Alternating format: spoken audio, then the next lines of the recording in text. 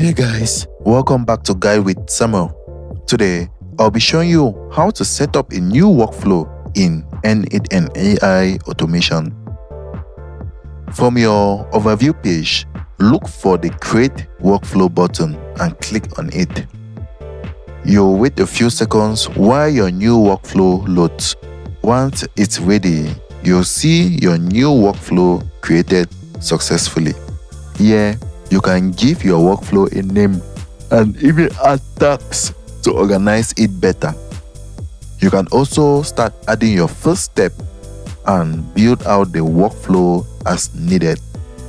This is where all the setup happens, so take your time exploring. And that's it for today's quick walkthrough, guys. Thanks for watching, and don't forget to like and subscribe to Guide with Samuel for more tech tips.